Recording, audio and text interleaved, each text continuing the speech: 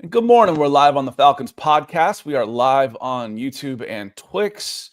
We're going to bring in our Falcons Facebook, easy for me to say, Falcons Facebook group real quick. That's Atlanta Falcons on SI. As we get going here on a still kind of soggy Wednesday morning.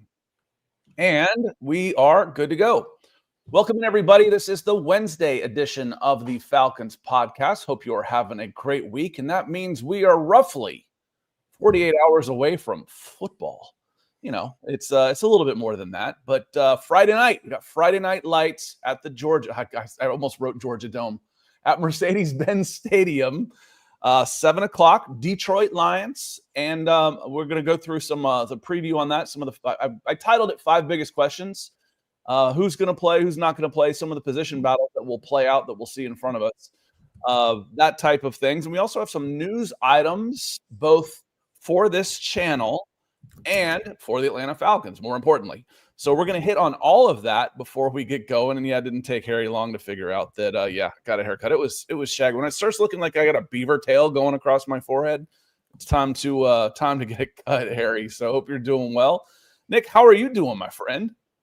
I'm doing okay. We're actually getting some measurable rain today in Seattle. We had our Seattle has one day a year where it's a block party kind of thing where they close off a bunch of streets. So I had neighbors outside my window making noise until 1 a.m. Last night, which, good for them. But I got to be up in 4 hours from now. So please, let's stop the hooting and hollering. I'm getting old. I guess I'm getting old. But the rain must have stopped them because I woke up this morning. It was drizzling, and it's our first measurable rain since June. So we really need it. Everybody thinks Seattle, rain. I'll let you in a little secret. We have a Mediterranean climate where it's really we have a marine layer, cold, wet, damp, dark in the winter, but the summer, bone dry, no rain. So we needed it not to be too Midwestern. And even when it rains, it's more like a mist. So when we get like a heavy mist here, I call it Seattle rain, which was a cool name for a franchise, by the way. Yes. Seattle rain. That was an awesome name. REIGN. Other fun fact, Nick, Atlanta gets more rain in inches than Seattle does. We'll get heavy rains in November.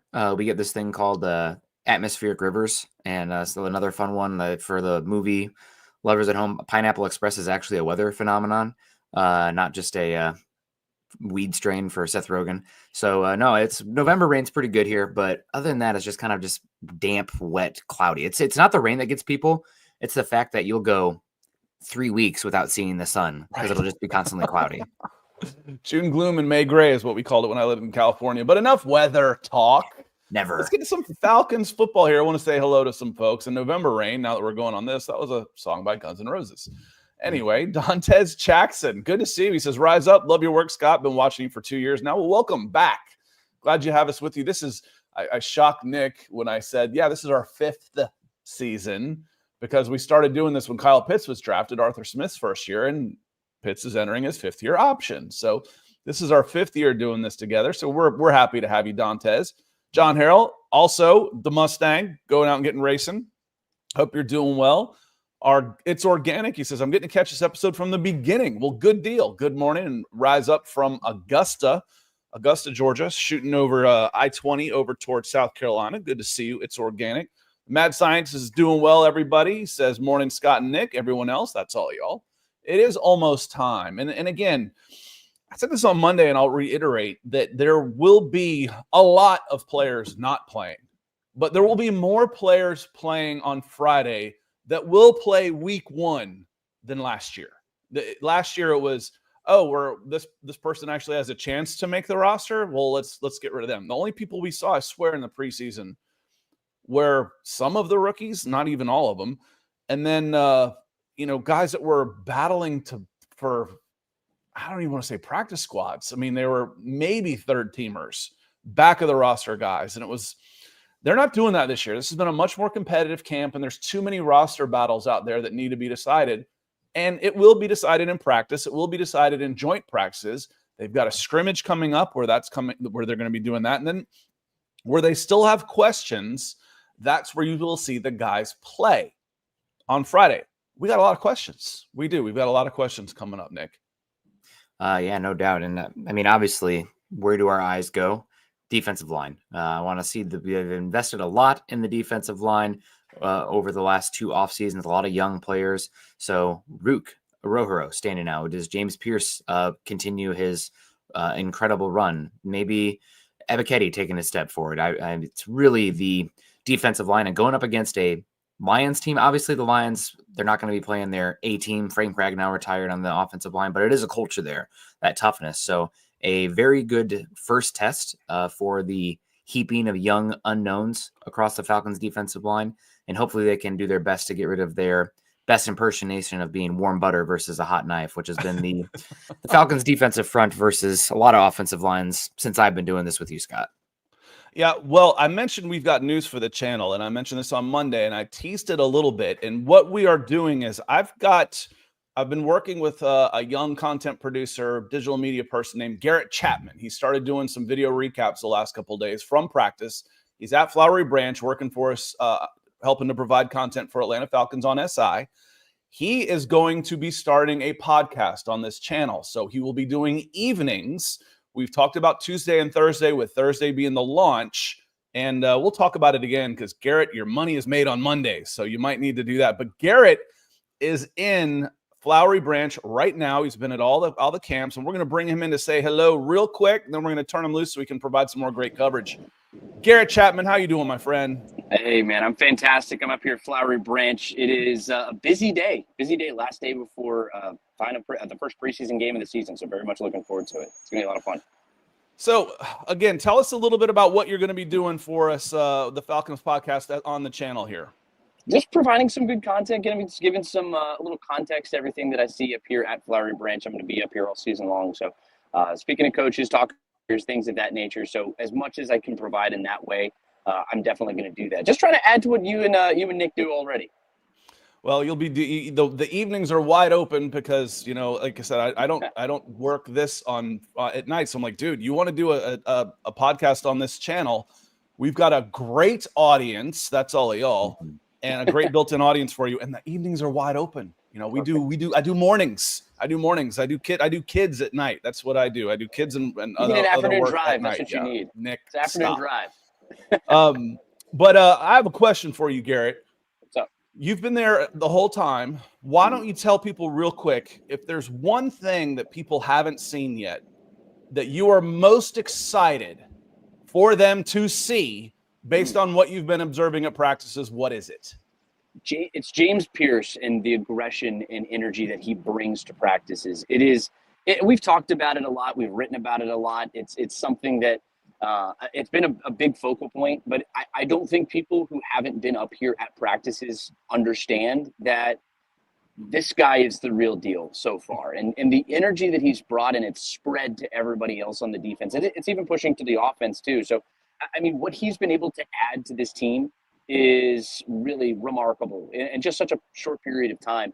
And then there's a guy we talked to yesterday, it's Divine Diablo, somebody whose athleticism is just absolutely off the charts. I mean, Caden Ellis described him as the Avatar. That's basically what he said. He's not necessarily from Pandora, but he is certainly adding a lot of athleticism and length to this Falcons defense, especially in the interior where they've been desperate for somebody to play alongside of Caden Ellis. Just with the injuries to Troy Anderson and company. So those two in particular, I mean, of course, Michael Penix is going to steal some headlines. He's made some very pretty throws throughout camp, but no, very much looking forward to those guys on the defensive side. Well, thank you, Garrett. What time are you going to be going on tomorrow night? 6 p.m. That's the plan.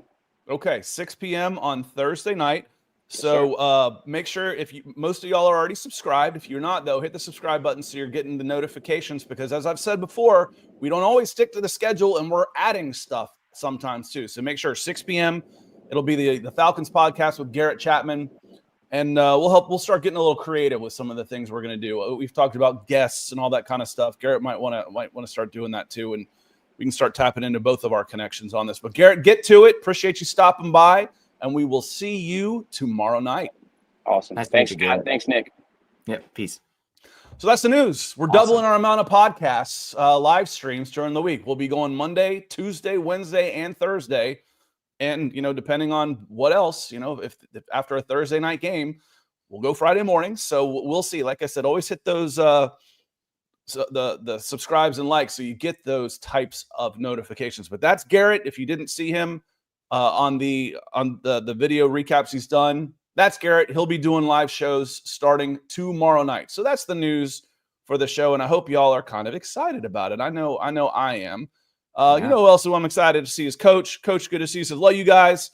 You too, brother. Appreciate you coming in and supporting the show. Helps keep this forehead nice and shiny, and with the lights shining bright for us. So want to say hello to some more folks here real quick. Let's see. We've got Sam. Good to see you, Sam. Hope you were doing well. He says, I was dropping the kid off and forgot what time it was. About 8:35 or so. Belo's World, good to see you as well. He says, rise up on the sunny side, even though it's rainy out. And it looked like there was some sun breaking through at Flowery Branch, didn't it? Didn't it over there? Supposed to clear up a little bit, Nick. It's been pretty wet here the last 4 or 5 days. Yeah, I was going to call you out. It looked beautiful there. There's good weather. So good time for Falcons camp to get kicked off today, and excited to see what they can do. Good to see you, Below. Appreciate all you guys coming in. I also see one of our moms in the chat, Jasmine. What's up, guys? Finally caught you this morning. Hope you are doing well. Jasmine's got a newborn, a relative newborn at home. So, and I don't know if you've been up this whole time and you're joining us, if you're just waking up, but either way, thinking about you and hope you're doing well and feeling all the support and love. We appreciate you so much. We got TCG coming in. Good morning to you. Appreciate you. Denver Luke, our guy. Broncos. I mean, we got the crossover. Scott and I did the Broncos stuff before the Falcons stuff too. So we appreciate you so much. And Leon, our Memphis resident fan here. So good to see you, Leon. Yeah, it was appreciated hearing from, I like his name. He's kind of got a Chap GPT going on with his handle there, Chap ATL. But he kind of touched on the thing that I'm sure everybody's thinking. The chat's already said it as well. Really excited to see what James Pierce looks like against a team like the Lions and their offensive line culture and everything, because the camp buzz is not out of control, but it is reaching, terminal velocity. People are losing their minds over him, and I need to see it for my own eyes. Yeah, and he is different. I mean, you can tell. Again, we talked about this. It's the things you can see in person. I've done this for 20-something years. Mm-hmm. And I always try and warn people, okay, it's like versus like. It's team versus team. You can't really tell until you start seeing different color jerseys lined up across from you, until the real games start happening. That said, James Pierce moves different. He looks different. I can see it. I've done this. He's a different type of player than the Falcons have had out there. I haven't gotten to see as much as Jalen Walker. Mm-hmm. Billy Bowman, he's a little bit different. He's thick. I mean, he's wide. He hits hard. He's a little bit more solid. When he goes sideline to sideline out of the slot, chasing guys down in the flats, he moves different. So there's things out there. Ruka Roro's first step, it's a little different. Those are the kind of things like, oh no, does that mean they're just killing the Falcons offensive line? Well, Falcons offensive line's pretty good. It's pretty good, and they're going ones versus ones at times and 2v1s. So seeing some things. Victor, it has been a while. Hope you're doing well. He's becoming a dad. Been busy becoming a dad. Well, good for you. Yeah, he says, Nick hit me up with some advice, man, talking Falcons. Which of the players to gain and lose the most in these preseason games? Let's hit on that real quick as one of the first questions I had. Who plays and who doesn't play? Pretty much, if you've got your spot locked down, you don't play. That's just the way Raheem Morris has it fixed. So I don't expect to see anybody on offense, from Ray McLeod to Kyle Pitts to Tyler Algier. I don't expect to see any of them. Kirk Cousins isn't playing. Michael Penix isn't playing, but Easton Stick and Emory Jones are going to go. And I'm actually kind of interested to see Easton Stick play. People say, well, who's going to be your backup if you don't have Kirk Cousins? Well, let's see Easton Stick out there. Let's see Emory Jones out there, see what they can do, and see if they can be what we normally think of, Nick, as a backup quarterback in the NFL, which is a good support system, be seen and not heard, and be cheap. That's what most backups are. Yeah, it'll be interesting to follow them. I always just have such a hard time in preseason because I don't think there's a bigger drop-off. Offensive line, second string from the first string, and then quarterback play from the first to second string, and offense just can kind of be a little bit of a mess sometimes when you're talking about third and fourth string offensive linemen versus a protecting for third or fourth string quarterbacks. So if anybody can rise above the noise, that would be great. I don't always have high expectations for them. I do look for the individual winners, the pass catchers, the tight ends, and especially the offensive line as well. It's a meat grinder. It's just as inhumane.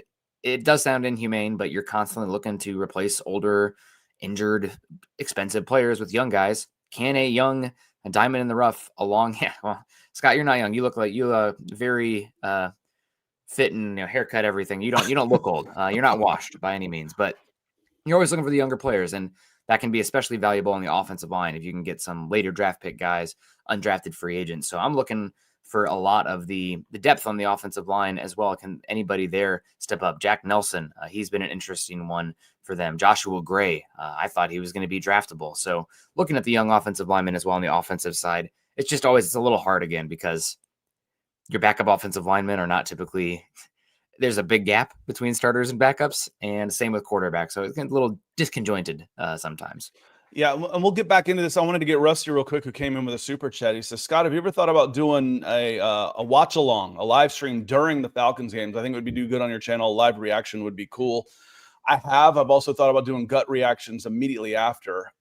One of the reasons I don't is because between baseball and softball, I'm not available on a lot of Sundays during the games. I'm out watching my kids play on the weekends, and I got 4 more years of that. That's it. I mean, that might sound like a long time to you young folks, but I'm going to blink twice and I'm going to be an empty nester, and I'll probably spend more time up at Flowery Branch. I'll probably do more of this stuff when the kids are gone, when they're out. But right now, I don't want to do it if I can't do it every week. If I can't deliver, every week, just every once in a while I'll do one. I don't really want to do that. So that's one of the reasons why I haven't. I can commit to this time, and we've been doing this for 5 years without stop. So that's one of the reasons.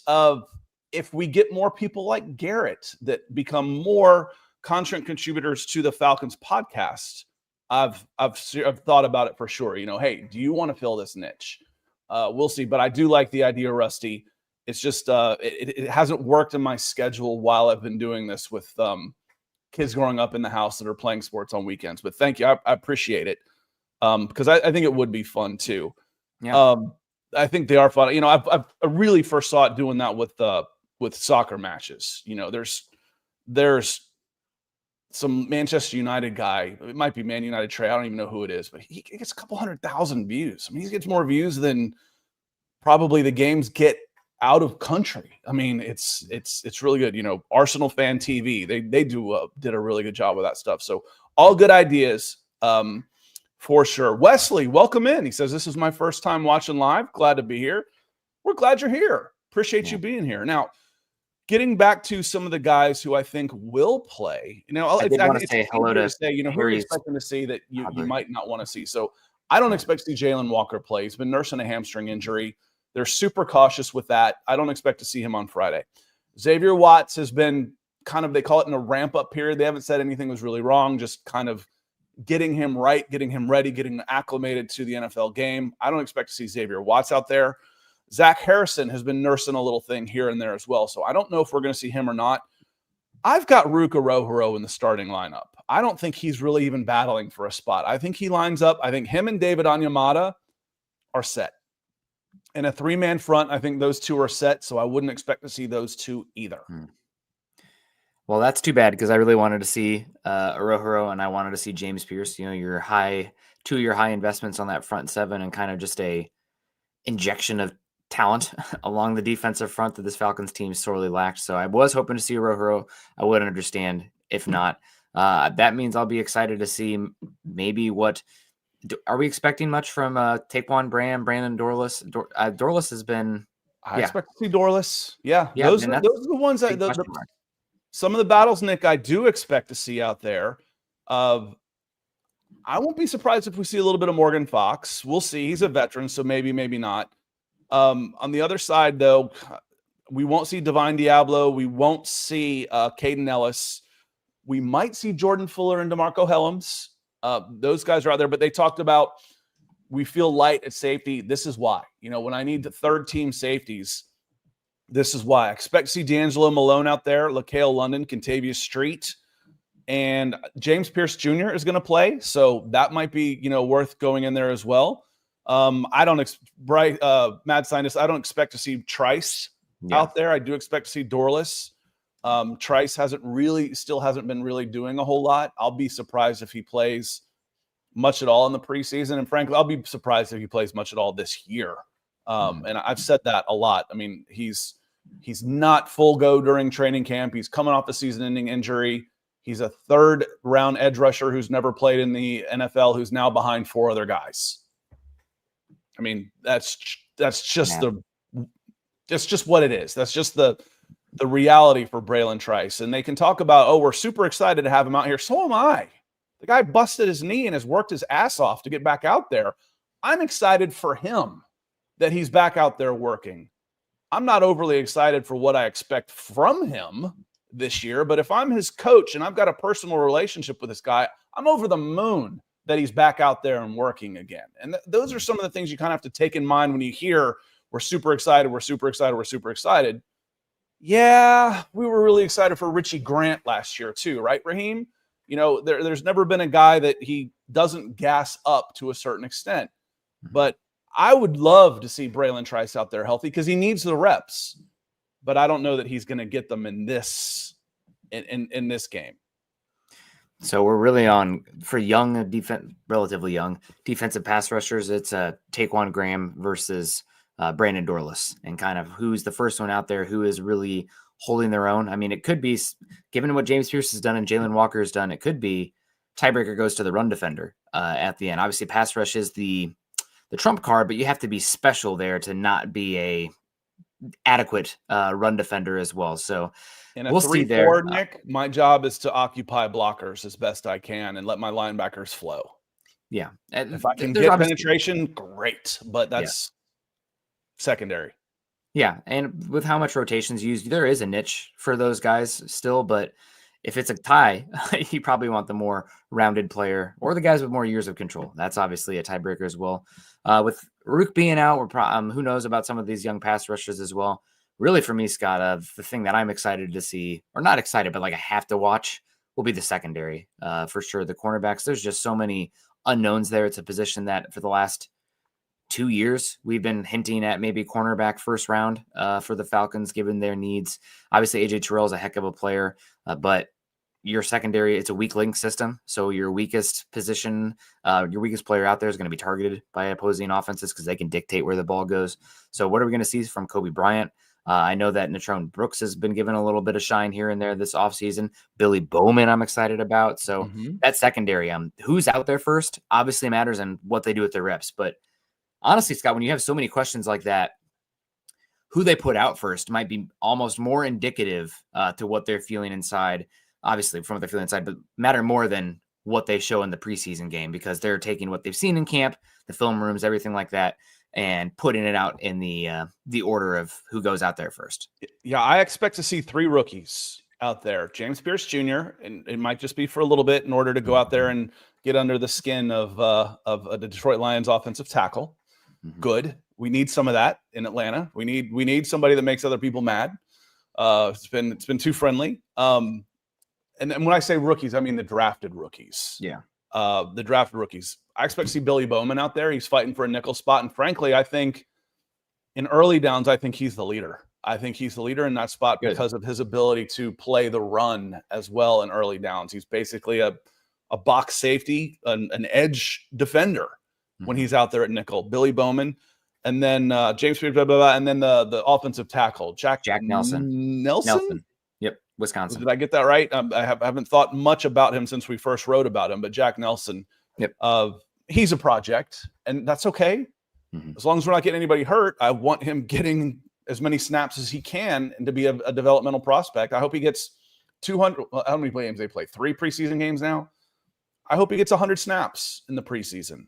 Jack Nelson. But AJ says another undrafted free agent. I want to see Simeon Barrow out there as well. Defensive tackle, yes. Nick Nash at wide receiver, yes. Is somebody else that I'm looking forward to seeing. He's popped a couple times in practice as well.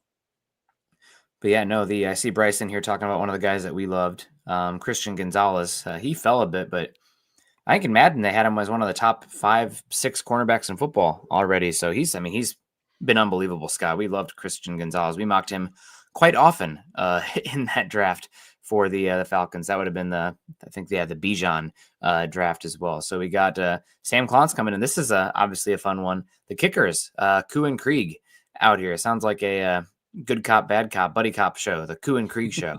But no, that'll be a lot of fun as well. I don't know. I can't get too hyped about kicker competitions because kicking and specialists like that just give me more anxiety than excitement when I watch them. But that's definitely one we're keeping an eye on. And again, we talked about it, the offensive line is true everywhere. Young, cheap, and not injured wins out in the end of the day. So Koo did some good things. Obviously, special teams player the week or month a few times, but you slip a little bit and you can save some money, and they move on right past you. Yeah, it sounds like Koo over the course of the 8 days of practice has been a little bit more consistent. And again, Krieg occupies that international player slot, so they can keep him separate. And he's on they pay him $1 million a year. He's on a 3-year, $3 million contract if he's on the team. If he's not, they don't owe him anything. There's hardly any guaranteed money in there at all. So, we'll see. I think they might open with both, but yes, I'm interested in that. Now, I titled this the 5 biggest questions, and we kind of just rapid fire through a bunch of them because the one for me was who plays and who doesn't. We're not going to see the first 2 quarterbacks. I'm a little disappointed we're not going to see Kirk Cousins out there. I want to see him out there healthy. I want to see him slinging the ball around. And it was funny.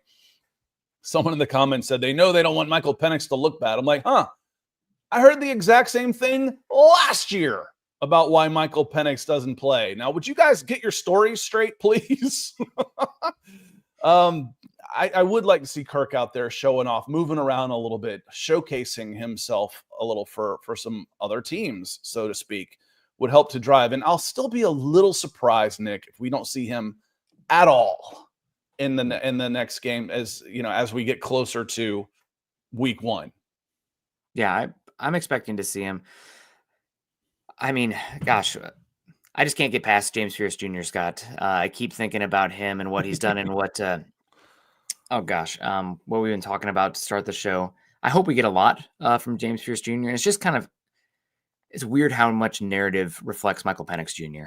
Right now with the mistake going that direction. You already did that move. You gave up so much. Was it an overdraft? And now we're, not even preseason yet. And it's like, oh my gosh, we have something here. Maybe they were right. And you don't want to write that in yet. I'm always, I know, but again, what I've said all the time is how come nobody ever talks about what if he outplays 19? Yeah. First off, in that trade, what we're talking about, y'all, is the shtick that Terry Fontenot has gotten for making that trade with James Pierce, and the intellectual dishonesty or just the narrative. People have not been reporting on that correctly. They leave Xavier Watts completely out of the equation. The trade was a future first and a second for James Pierce Jr. and Xavier Watts. Well, that doesn't sound like a huge overpay. That sounds okay. And it's like, oh, well, what if 19 becomes 5 next year because the Falcons fall in their faces? Well, one, they've got bigger problems. That you'd like to have that draft pick, but there's going to be other problems that can fix going from 5 wins to 10 wins more than that one pick might in theory. But 2, nobody ever talks about Xavier Watts. And 3, what if he plays like a top 5 pick?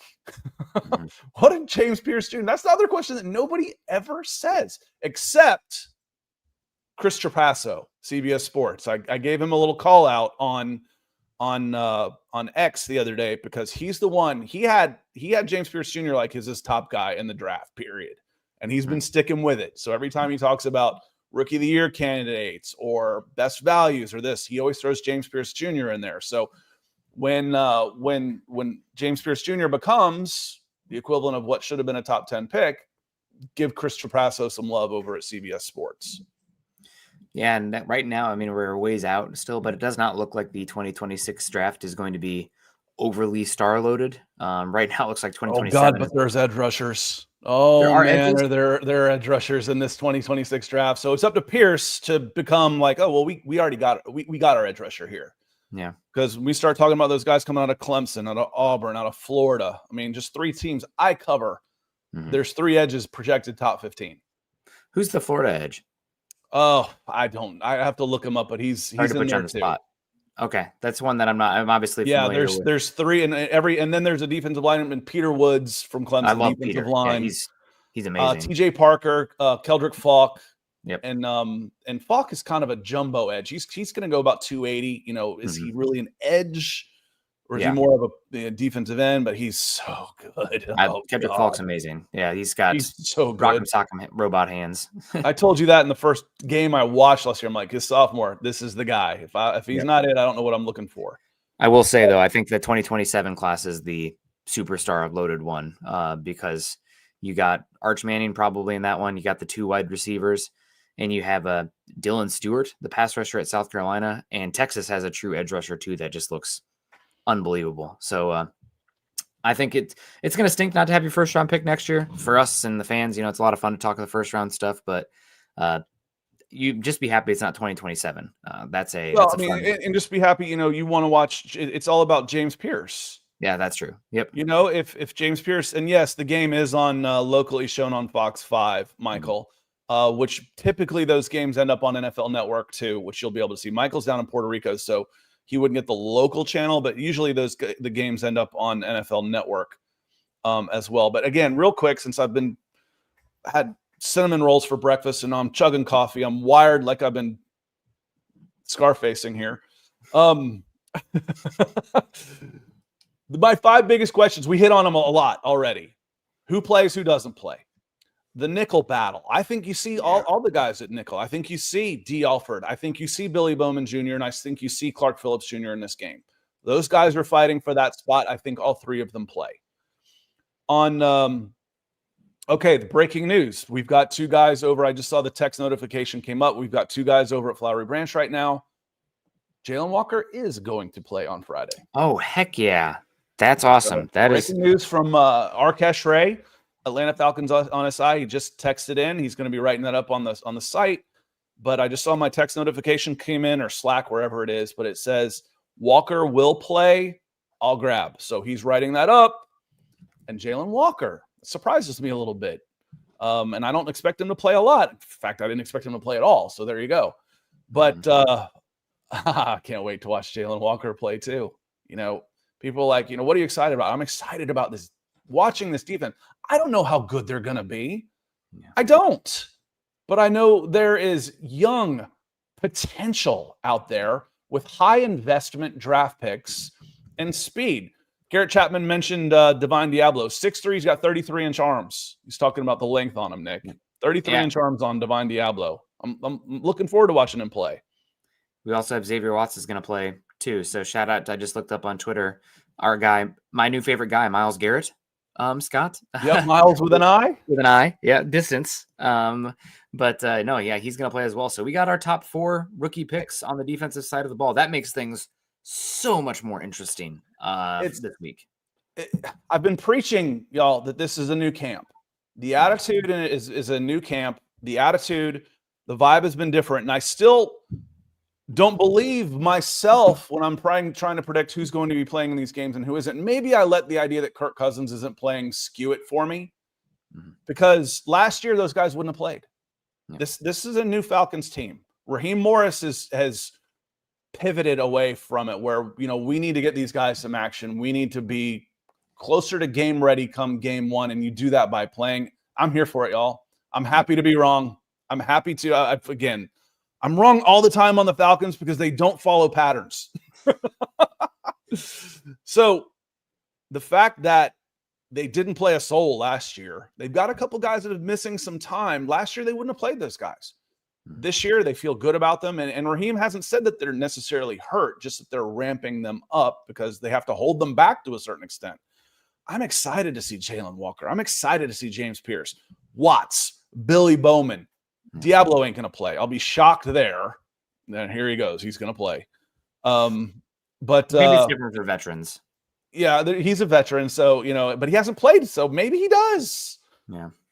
Maybe he does. I don't expect him to play, but I'm wrong on what they do all the time because they do things different. Yeah. We also do have news. Storm Norton has a lower body injury that they're managing. So remember what I said to start the show about offensive line issues and offense being a little bit ugly. Norton was a solid player out there for a lot, and now you're taking away one of your probably starting tackles for the preseason game. It goes double now. So they said there's something to manage. I'd be a little surprised if he's out there with this one, but makes the offense a little bit harder to evaluate and harder to watch. We're going to see more of Jack Nelson like we'd hoped, because that's where he was lining up, was at right tackle. Mm-hmm. Storm's been a swing guy. Storm's been a good piece for this team. When he's needed to come in, he's done a good job. He's what you want from your backup quarterback. He's pretty cheap, and he does a good job while he's out there until holding down a spot. That's what you're looking for. I'm very happy that Storm Norton is part of this Atlanta Falcons team as the sixth offensive lineman. So Michael says, I've been wrong about them for 55 years. Pierce beat up McGary so bad we had to give him an extension to keep playing.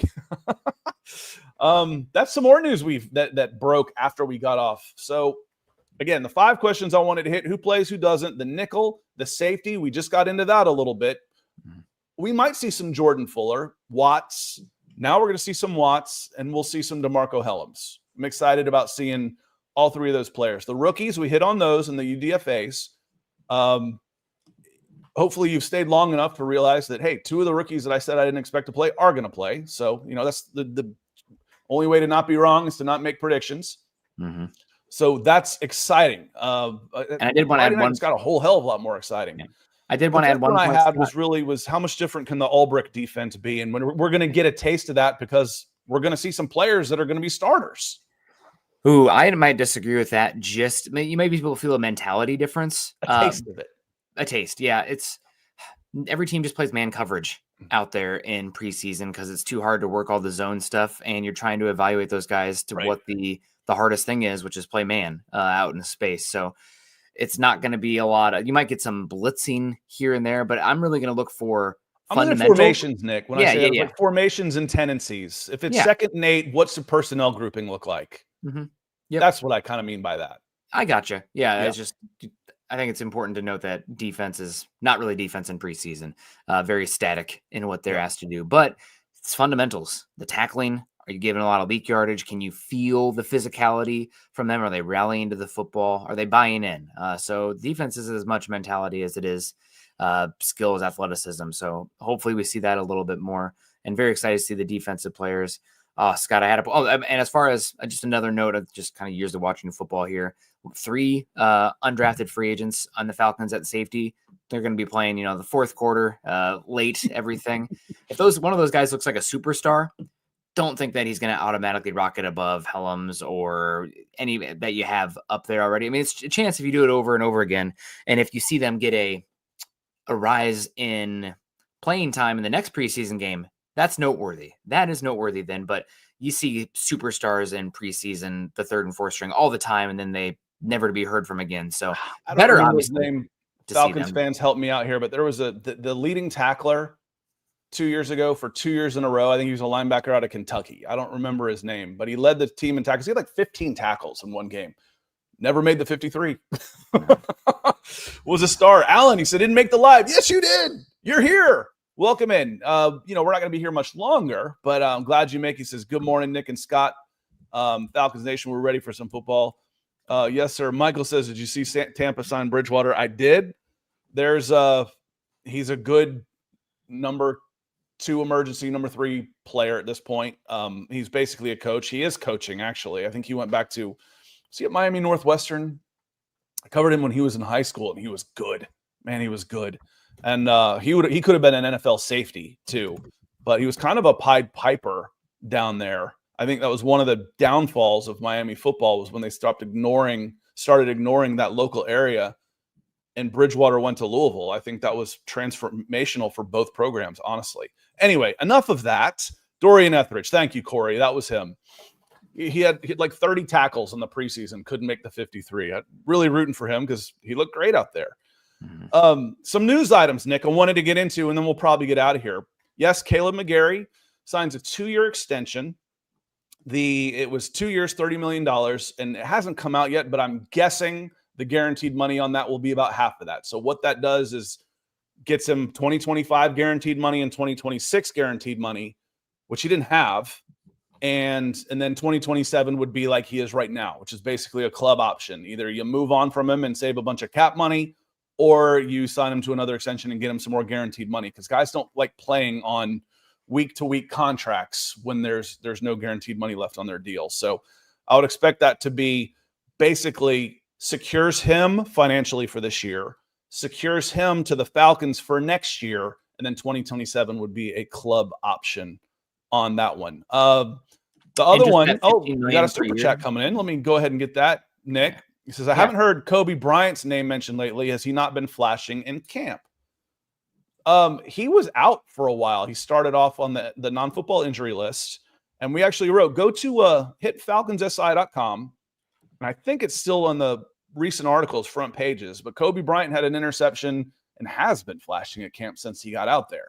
So I think I titled it like Making Noise or Shows Up, but he was in the Day 7 recap, and then he did a standalone article on Day 7, which I think was Monday.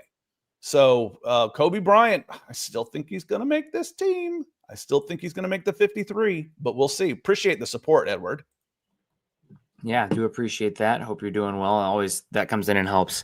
My point was just going to be where the contract followed from McGary. $15 million. Oh my gosh, $15 million. What are they doing? He's, very average. The $15 million per year, if my math was correct, my counting while trying to follow along on the show, 30th, tied for 30th average. Highest average. And that is average, Scott, but that's not including the rookies who are starting that are getting paid less. So it's your average for second contract and beyond. So really it comes out to below average for second contract offensive tackles. Exactly. So what is the takeaway there? It's not a big overpayment. It's short term, so you have flexibility to move on if you need to. And boy, howdy, is the offensive tackle market insane. Now, it's not like, wide receiver, edge rusher, where it's like, it's high, but then you have the top guys where it's like, holy guacamole, like they are so far away than everyone else. It's not like that. Like your highest guy is making $28 million a year versus, your Myles Garrett's, TJ Watts are making $40 million, or similar with your top wide receivers. So your elite offensive tackles are worth paying, but man, teams are paying for assuredity. Is that the word? Just kind of $300 million on the payroll now. Yeah. I mean, it's all going, there's been a rapid rise in contracts, like as far as like what the top players are getting and stuff across the board. It's like, well, this guy's making twice as much as they did just 10 years ago. Well, good. What is it as a percentage of salary cap? That's the way to look at it. And that's where you start going. And 15 for a starter is what, 5% of the salary cap? Okay, well, that's about right. For a right tackle, taking up 5%. That's about right. I can live with that. It's a good deal.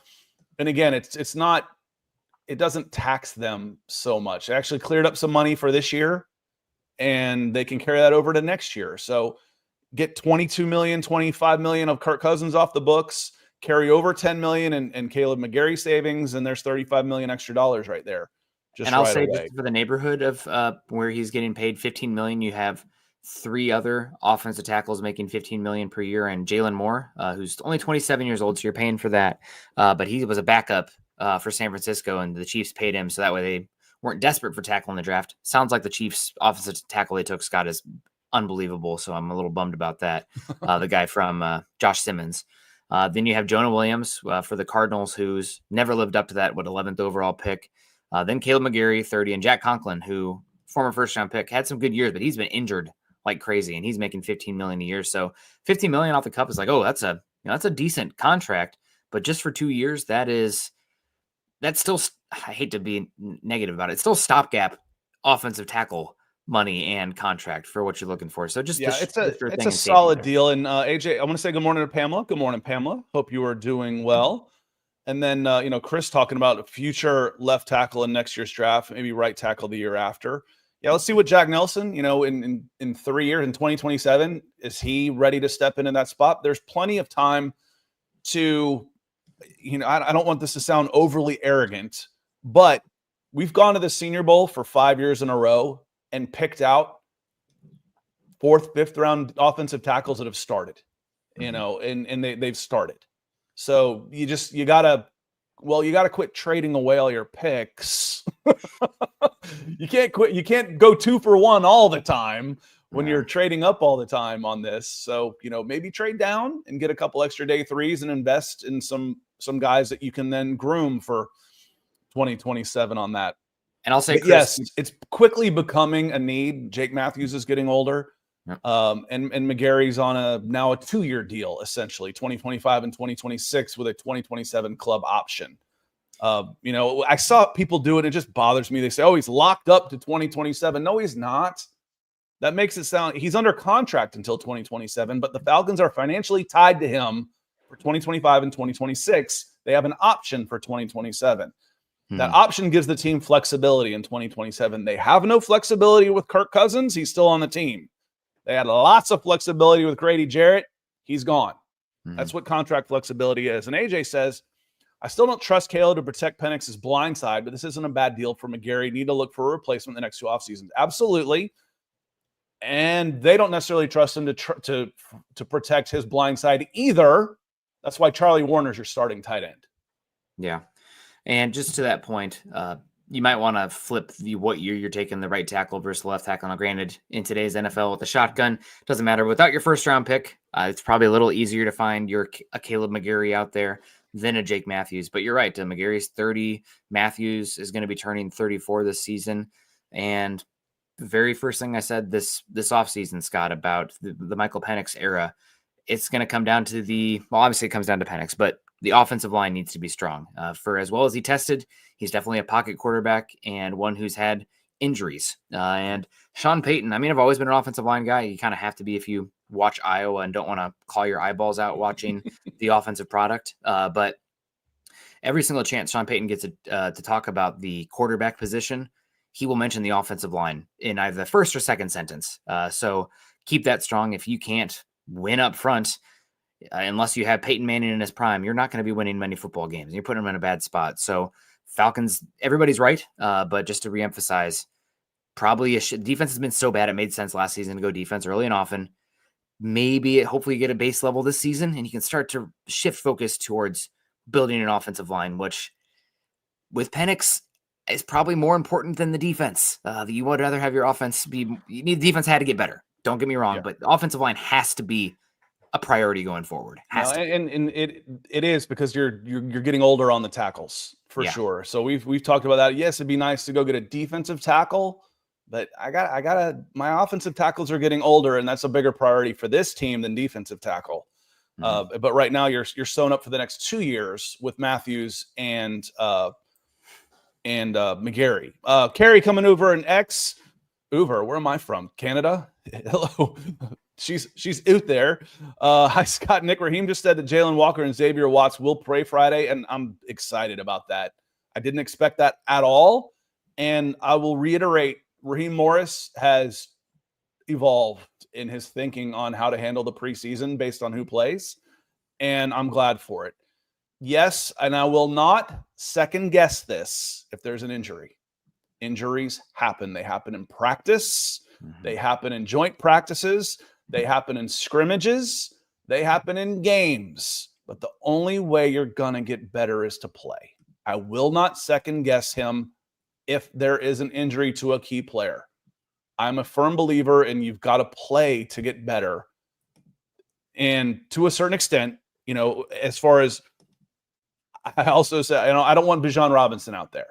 Bijan Robinson's not going to get better by playing more reps. I want him fresh and ready to go. I want him in shape and healthy. Rookies, developmental guys, new guys to the system, I want them getting reps. I do want them out there in the preseason. But there is a scrimmage. The player's not playing in the game on Friday. We'll be playing today in the scrimmage for the first training camp. That will be a good report. We've got 2 people over at Flowery Branch right now. We got Arkesh and Garrett. I'm looking forward to their reports and reading through them. Those will be on falconssi.com. One last piece of business, and we didn't say hello to Bucks Rays Bolts. Good morning. Hope you are doing okay. Our friend down in Tampa, a great member of our community.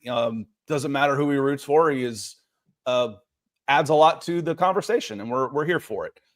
The final thing we wanted to hit was I want to call him Kieran so bad. Kyren Williams, running back, signed a contract extension with the LA Rams. My immediate thought kind of went to Bijan Robinson, but I think Bijan might be shopping in a different aisle when he gets his contract extension next year.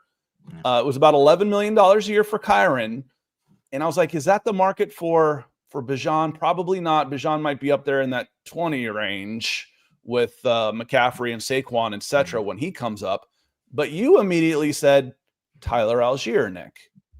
Yeah, Algier, I mean, with the opportunities had, he's been fantastic. We saw what he was his rookie season.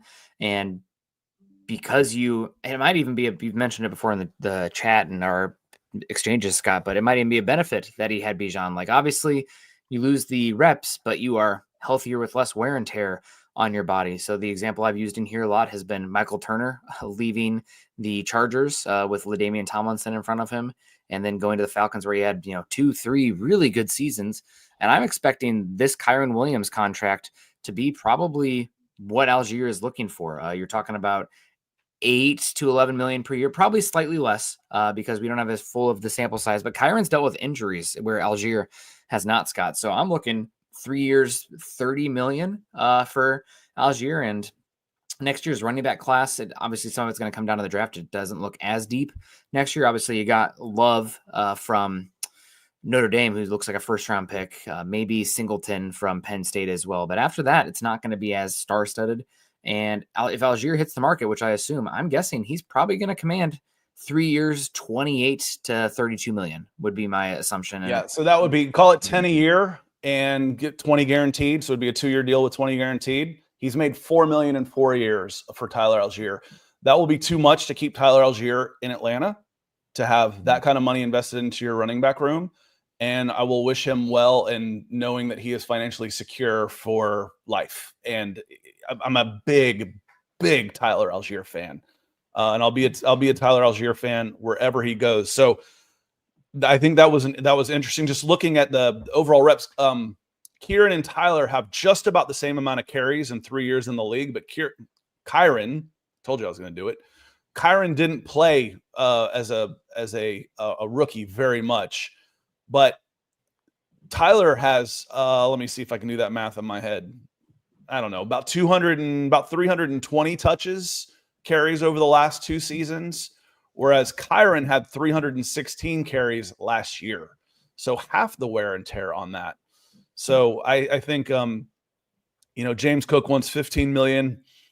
I'd rather have Tyler for 10 right now. I mean, he's gonna get paid. And again, the best thing that could have happened to a guy on a rookie deal was Bijan Robinson. So and it's been good for the Falcons.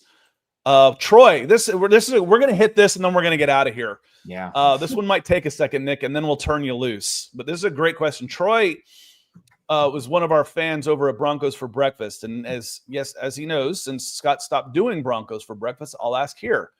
Ignoring the cap, what are 2 or 3 player swaps between the Broncos and Falcons that make both teams better? Where is each team deeper? I'll tell you what, right now, my first pick where they've got some depth on the Broncos, I might go cornerback. And I might say, okay, let me have Barron or Riley Moss. Well, yeah, I mean, we're talking first-round picks. I was thinking maybe a little bit more in the land of the reality. Riley's probably worth a 3rd or 2nd round pick right now, given. But we're talking players. So, players. Where do the Falcons have some depth? We just talked about one. And you might not even need Tyler Algier anymore with RJ Harvey being drafted in the 2nd. But you've got, in essence, you've got 2 starting outside corners in Jahdae Barron and, Riley Moss that can both play outside. So there's a little bit of a luxury there. Not totally, but a little bit. If we're going to make this deal, we've got to swap 3. If I'm the Broncos, I think, okay, I might be able to give up one of my corners. And the Falcons, that's where the Falcons have a need. Yeah, that's a good spot for me. The Broncos, the players who would interest me immediately. Obviously, you mentioned Tyler Algier. They added J.K. Dobbins, but he's been so injured. I would love to get a chance at Algier. I mean, I've been a big fan of him since his BYU days. Big fan of Tyler Algier in that draft. He hasn't lived up to it so far, but can I get my hands on Kyle Pitts with Sean Payton? What does that look like? Obviously, you guys have plans for him this season. We've talked about it 100 times on here. He's worth more to the Falcons, but if I could send you a 3rd round pick, 4th round pick or something, a swap there. Players. We're not doing picks. Yeah. It's players. Players. Well, I think Kyle Pitts for Riley Moss straight up. The issue is that Riley has more years of control, but that one, I think that's probably salary cap be damned. This is which players, which players could make both teams better based on the strength of the teams. We've got a little bit of an excess here. Yeah. Which players make the teams better? I don't know if you have, where would Riley Moss for Kyle Pitts be fair, or is that taken away too much? Because I just think if we had to do 3 again, just it's an exercise, not necessarily in value. It's how do I make both teams better? Troy, I don't know that you can, honestly, because the teams are constructed to have first teamers, so there's not a whole lot of depth beyond there. Now the Falcons definitely could use another defensive lineman, but am I going to take away Malcolm Roach? Okay, there might be another one. Malcolm Roach probably isn't a starter for the Broncos. He'd be good on the Falcons. But the Falcons' defensive line for bodies like that isn't that bad. I was going to say John Franklin Myers. Now, granted, the Broncos are going to take away from that this season, even though with the Zach Allen contract, they're probably keeping him and letting it ride. So the John Franklin Myers, I think, is a little bit more possible, but he fits your Zach Harrison, Ruka kind of mold. So Algier, it'd probably have to be Algier for McMillan because I think Moss is way more valuable, Scott. And I know you're talking about the swap. I just think even though I love Algier, Moss is more valuable. So it'd have to be, I don't think they're equitable exchanges. So Pitts for Moss, though, I think is probably closer as far as where they're at. I think that the Broncos are deeper. If we're just going depth here, the Broncos are deeper in the secondary. Mm-hmm. And the Falcons have, probably more weapons as far as offensive guys go. Because last year, if I look at Drake London, I'd take Drake London. I love Cortland Sutton, but I'd take Drake London over Cortland Sutton. I don't think that's a hot take. Darnell Mooney was better than any number 2 you had last year. And frankly, Ray McLeod was better than any number 2 you had last year. And on the defensive side of the ball, you're not giving up your edge rushers. And the Falcons just went edge rushers. So I'm not getting Nick Benito and Jonathan Cooper from you.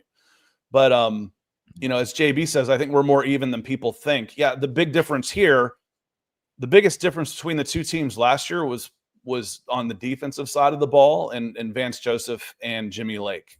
You switch Vance Joseph and Jimmy Lake, you're probably switching records last season, 10-7 and 8-9.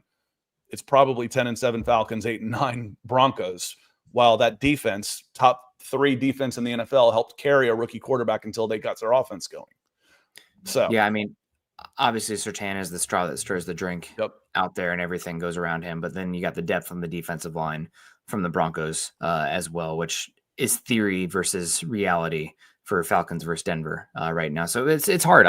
The ones who stand out though, it's Algier, it's Kyle Pitts, and maybe the Broncos could use a young wild card lottery ticket for super cheap with Troy Anderson, just because they're looking for youth and depth on, and he's a linebacker. Yeah, so, that's a spot where the Broncos need for sure is linebacker. But so I look at Troy Anderson on the field, somebody as well. Even though, do they want another injured player at linebacker? I don't think they can. So Moss for Pitts, I think, is the most fascinating one for the Broncos. Yeah, again, the Falcons have weapons, have more weapons on the offensive side of the ball.